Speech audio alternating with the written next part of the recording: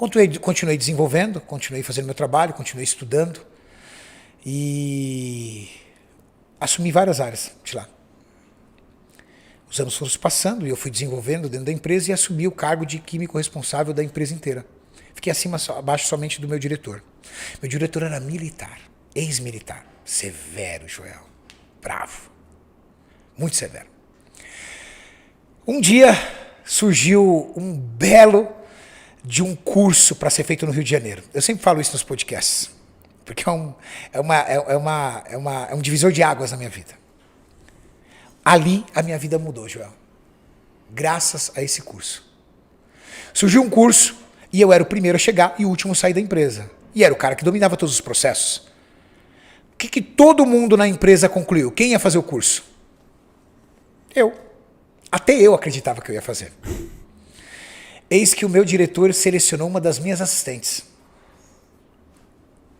Cara, aquilo apertou meu coração de um jeito que eu não aguentei e fui encarar o homem. O homem era bravo, mas eu fui encarar o homem. Um homem de poucas palavras, extremamente sério, mas acima de tudo muito grosso, duro. Com licença, queria falar um minutinho com o senhor. Ele abaixado, levantou, óculos aqui. Pois não. Prevendo provavelmente a minha pergunta. Sim. Eu gostaria de saber por que eu não fui selecionado para o curso, porque eu preciso entender aonde eu preciso melhorar. Ele olhou para mim e falou assim, não cabe a você decidir isso, cabe a mim. E abaixou e continuou.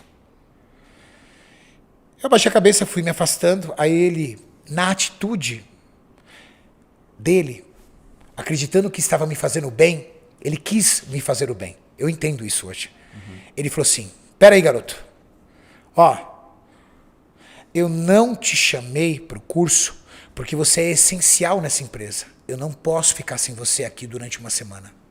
Ele achou que ele estava me fazendo bem, me dando esse feedback. Eu respondi para ele, então o senhor está me punindo por ser competente? Caraca, que perspicácia que você teve na hora, meu. O senhor está me punindo por ser competente? Uau. 2, 3 palavras de grosseria dele. Algo do tipo, eu que tomo as decisões, eu sei o que essa empresa precisa, eu preciso pensar na empresa e não em você. Eu desci, Joel, e eu chorei feito uma criança dentro do banheiro. Sabe por quê?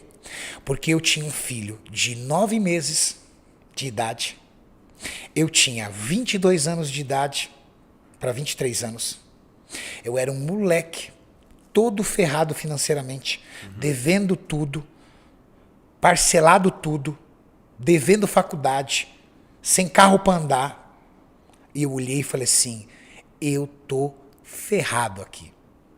Porque eu nunca vou ser ninguém aqui. Eu subi na sala, cheguei nele e falei assim, olha, o senhor procura outra pessoa pro meu lugar que eu tô indo embora. Você tem certeza, garoto, do que você tá fazendo? O senhor pode procurar outra pessoa que eu tô indo embora. Catei e fui embora. Cara, quando eu cheguei em casa, falei pra minha companheira na época, mãe do meu filho Guilherme, que eu fiz. Cara, ela gritava e chorava comigo.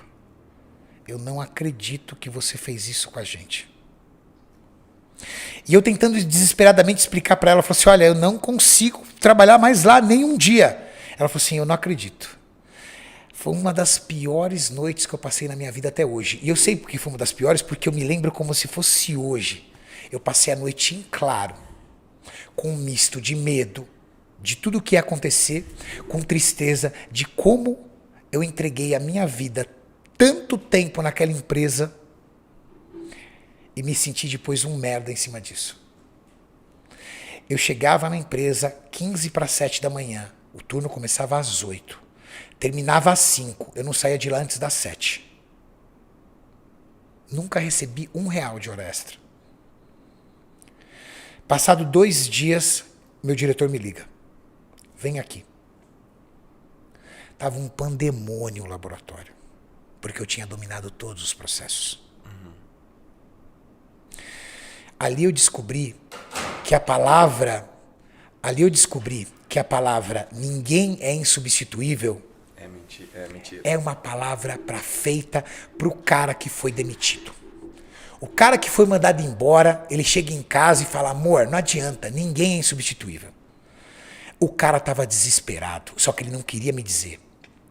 Porque dentro de toda a altivez e a arrogância dele, ele não podia transparecer isso. Mas ele me fez uma proposta. Ele me disse, fica aqui, treina alguém para o seu lugar e eu pago suas verbas rescisórias. Eu tinha pedido demissão, eu teria direito só a férias 13º. Ele me mandando embora, eu teria aviso prévio, eu teria fundo de garantia, eu tinha 25% sobre o fundo de garantia, que é a multa. Eu falei, tudo bem. 30 dias, eu falei para ele. Passou 20 dias, ele não tinha arrumado ninguém. Eu subi na sala e falei, o senhor arruma alguém. Daqui 30 dias eu vou embora. Daqui 10 dias eu vou embora. Enfim, ele arrumou alguém, treinei, peguei minhas coisas e fui embora. R$4.500 de rescisão. R$4.500 que eu empurrei tudo numa loja de suplemento. Mas essa loja de suplemento me fez sócio de uma indústria farmacêutica 10 anos depois. Se ele tivesse me escolhido para aquele curso, talvez eu não estivesse sentado aqui do seu lado. Talvez eu estaria no lugar dele hoje, como executivo dessa empresa. Talvez eu não teria construído tudo o que eu construí e estava ali, guardando um dinheiro para a minha aposentadoria. Joel, eu descobri com a vida que não são grandes decisões que mudam o teu curso, são pequenas decisões e situações. Cara, era só um curso. Eu não acordei um dia e falei assim, nossa, vou montar uma primeira loja de suplemento. Não, eu montei na situação, na necessidade. Quem mudou minha vida, alguém, quando uma vez me perguntaram isso, Renato, qual foi a grande virada da sua vida? Eu falei assim, quando me negaram um curso idiota de 1 semana que eu poderia pagar do meu bolso numas férias. Viver, meu irmão, é desenhar sem borracha. E cada trecho que você desenha ali é um pequeno traço que você faz. Às vezes a gente olha o desenho, né, e fala assim, nossa, se eu pular daqui pra lá eu vou mudar minha vida. Você vai mudando a tua vida, cara, é coisas que são desapercebidas. Faz uma retrossíntese da tua vida e você vê. As coisas que mais fizeram a tua vida mudar foram decisões que aparentemente pareciam inofensivas. Só que, cara, foi um curso. Ali mudou minha vida. É muito louco isso. Eu montei uma loja, 2, 3, 4, 5, 6, 7 lojas, montei uma distribuidora. Quando eu montei a loja e a distribuidora, eu ainda era funcionário. Quando eu saí dessa empresa, e montei a loja de suplemento. Eu falei assim, peraí, essa loja de suplemento não pode me bancar. Eu sou profissional da área, eu sou um bom profissional da área. Pô, eu já tinha muita especialidade em química, fui pro mercado. Fui fazer uma auditoria, fui dar consultoria, fui fazer uma auditoria de sistema de qualidade numa indústria. Cheguei na indústria, já fui muito criticado por isso. Vou falar aqui de novo, mas vou tomar hate. Cheguei na indústria, tá? Quando eu chego na indústria, o químico responsável tá de ponta cabeça no laboratório dele. De ponta cabeça. Fui contratado para organizar todos os processos e sistematizar ISO 9000. 3 meses de consultoria. Estou trabalhando com ele, batendo papo comigo, conversando. Aí ele falou assim, de vez em quando eu almoçava com ele. Aí, numa das vezes que ele estava almoçando comigo, ele chegou para mim, para se aparecer, como o pessoal usa o termo, e falou o salário dele para mim. Eu falei para ele, eu ganhava tanto. Ele falou, aqui eu ganho tanto. Quando ele falou o salário dele para mim, cara, ele ganhava muito bem. Para ser tão desleixado com o trabalho dele. Mas ele ganhava muito bem. Ele tinha um pacotinho de bala na mesa dele. Aí eu descobri por que o pacotinho de bala. Porque depois do almoço, eu olhei e falei assim, tá entendido. Ele não vai conseguir organizar. Organizei todo o setor. Deixei o setor totalmente alinhado. Terminado a consultoria, cheguei para os sócios, para os diretores, e falei assim, olha, está tudo organizado, mas eu tenho uma proposta para vocês. Se vocês quiserem, eu trabalho de funcionário para vocês. Eu assumo a responsabilidade técnica da empresa. Qual foi a visão que você teve aí? A visão era o cargo dele. Entendi. Por isso que a galera bate em mim toda vez que eu conto essa história. Mas não é o cargo dele pela inveja. É o cargo dele por me sentir mais capaz do que ele de fazer algo. Te entendo. Entende? Eu já tive isso também.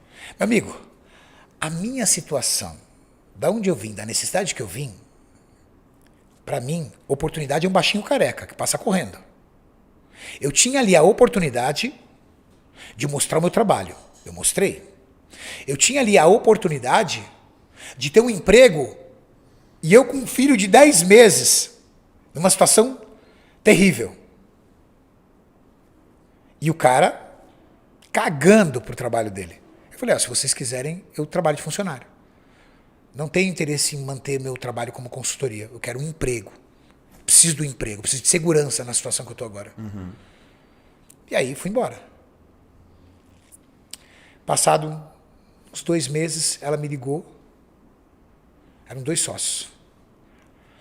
Me ligou e falou assim, vamos almoçar? Vamos. Almocei com os 2 sócios e falou assim, você está contratado. Demitiram ele, me colocaram no lugar. Aí eu consegui sistematizar a empresa inteira. Conquistamos, na época, o sistema ISO 9000. Funcionário dessa empresa. Com uma loja de suplemento. Falei, opa, aqui agora, com esse salário, com essa grana, com esse emprego, eu consigo manter minhas contas. E aí, dinheiro na loja de suplemento. Segunda loja de suplemento. Com dinheiro feito da primeira. Uhum. Terceira loja de suplemento. Com dinheiro feito das 2. Durante 5 anos das minhas lojas, eu praticamente não fiz retirada nenhuma. Só deixando o dinheiro lá. Eu fiquei viciado em estoque. Comprava só à vista. Fui girando. E aí foi muito interessante, porque com 22 anos de idade, eu estava nesse perrengue. Com 22 anos de idade, mais ou menos, para 23 anos eu estava nesse perrengue.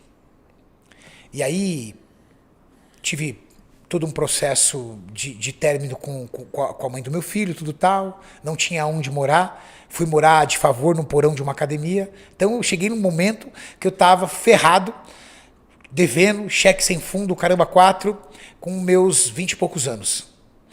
Com 27 eu já tinha feito meu primeiro 1 milhão. Só que é 1 milhão com o dólar a 1,80. Não é esse milhão sem vergonha de agora. Sim. De dólar a 5,40. Sim. Com 30 anos de idade eu comprei 50% da fábrica. Que eu era funcionário. 50.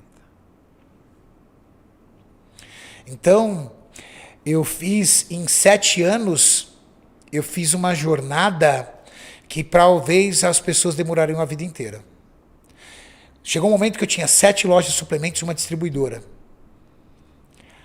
O meu diretor não queria mais trabalhar. Negociou as ações dele com o grupo alemão. A minha diretora interviu e não permitiu. Porque ela tinha uma cláusula no contrato social que ela tinha que concordar quem era o novo sócio. Okay. E ela jogou as bases para fazer ele negociar comigo. Mas ele não acreditava que eu tinha esse dinheiro. Eu era funcionário dele. E você estava lá só acumulando. E aí muitas pessoas me perguntam, Renato, por que você continuava como funcionário da indústria? Boa pergunta. Por quê? Eu juro para você, eu não sabia te explicar. Às vezes eu falava, por exemplo, na época, para minha namorada, na época, eu falava assim, cara, eu não sei por quê, mas eu não consigo deixar. Eu administrava, chegou um momento na indústria que eu trabalhava meio período só. Trabalhava das 7h30 até o meio-dia. Meio período. E eles aceitaram essa condição. Para que eu pudesse me dedicar às minhas outras áreas. Mas eu não conseguia me desligar. Um motivo que pesava muito era a minha sócia. Nós éramos muito amigos. Okay. E eu tinha uma gratidão por ela que era uma coisa assustadora. Uhum. Porque no momento que eu estava mais ferrado na minha vida, Ela tirou o químico dela, que estava lá há quase 10 anos, e me colocou no lugar e acreditou em mim. Então eu tinha uma dívida de gratidão. E eu presenciava a guerra entre os sócios. Eles viviam em guerra. E eu era o aliado dela. Então, muito por ela, por gratidão a ela.